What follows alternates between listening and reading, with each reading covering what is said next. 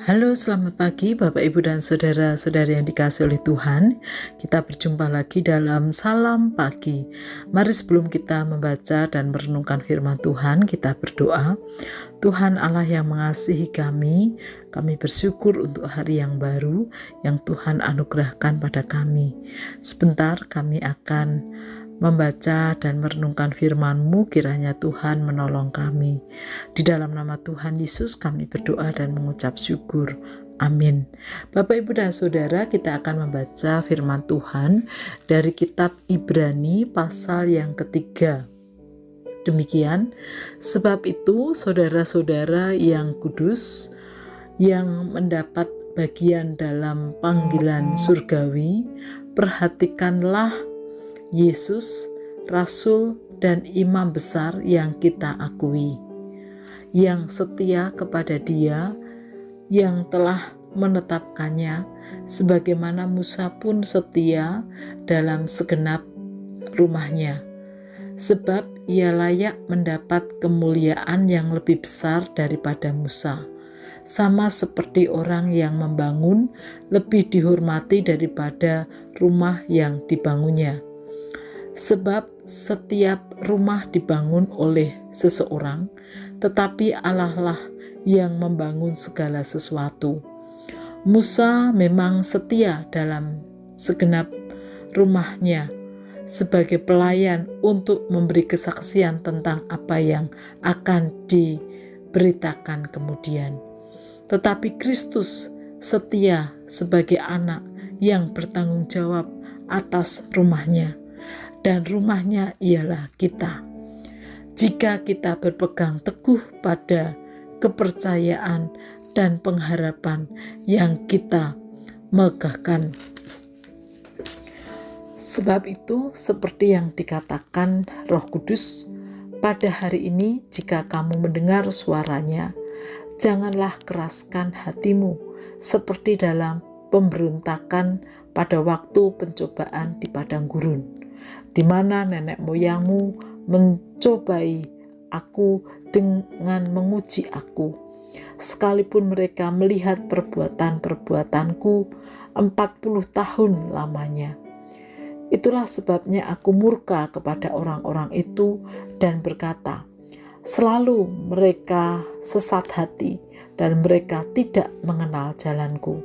Sehingga aku bersumpah dalam murkaku, mereka tidak akan masuk ke peristirahatanku.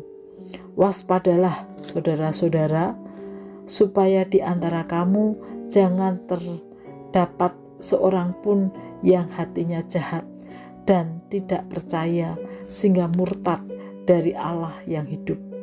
Tetapi hendaklah kamu saling menasihati setiap hari, selama masih dapat dikatakan hari ini, supaya jangan ada di antara kamu yang menjadi keras hatinya karena tipu daya dosa. Karena kita telah menjadi bagian dari Kristus, asal saja kita berpegang teguh sampai akhirnya pada keyakinan iman kita yang semula. Ketika dikatakan, pada hari ini jika kamu mendengar suaranya, janganlah keraskan hatimu seperti dalam pemberontakan. Siapakah mereka yang mendengar suaranya tetapi memberontak? Bukankah mereka semua yang keluar dari Mesir di bawah pimpinan Musa? Siapakah yang ia murkai selama 40 tahun? Bukankah mereka yang berbuat dosa dan yang mayatnya bergelimpangan di padang gurun? Siapakah yang telah ia sumpahi bahwa mereka tidak akan masuk ke peristirahatannya? Bukankah mereka yang tidak taat? Demikianlah kita lihat bahwa mereka tidak dapat masuk karena mereka tidak percaya. Bapak, Ibu, dan saudara-saudari yang dikasihi oleh Tuhan, dari pasal 3 ini paling tidak kita dapat belajar dua hal. Yang pertama, Yesus dan Musa. Kedua tokoh ini hampir memiliki kesamaan. yaitu sama-sama membawa pembebasan dan memimpin umat. Musa membawa pembebasan bangsa Israel dari perbudakan di Mesir, memimpin umat menuju tanah perjanjian yang Tuhan anugerahkan. Tuhan Yesus membawa pembebasan bagi manusia dari perbudakan dosa menuju pada hidup kekal. Karena itu, kitab Ibrani menegaskan bahwa Tuhan Yesus lebih tinggi dari Musa. Dengan demikian, Tuhan Yesuslah yang utama. Poin yang kedua, berangkat dari poin pertama tadi, Yesus yang utama membawa kita pada iman kepada Tuhan Yesus.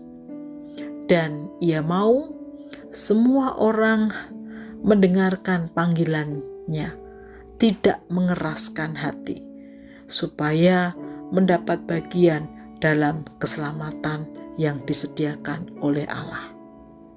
Bagi yang sudah beriman pada Tuhan Yesus, tidak boleh goyah, harus terus belajar taat dan setia kepada Tuhan Yesus sampai pada kekekalan.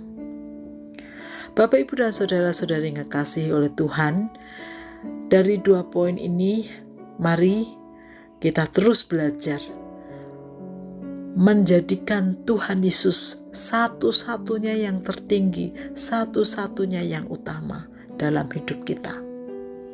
Dan mari kita terus belajar untuk setia dan taat kepada Tuhan apapun yang terjadi dalam hidup kita.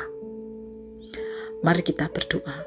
Tuhan Yesus, kami bersyukur bahwa Engkau begitu luar biasa atas hidup kami. Engkau menyelamatkan kami. Engkau membebaskan kami dari belenggu dosa. Dan kami mau terus menjadikan Engkau yang utama dalam hidup kami. Mampukan kami untuk terus taat dan setia kepadamu.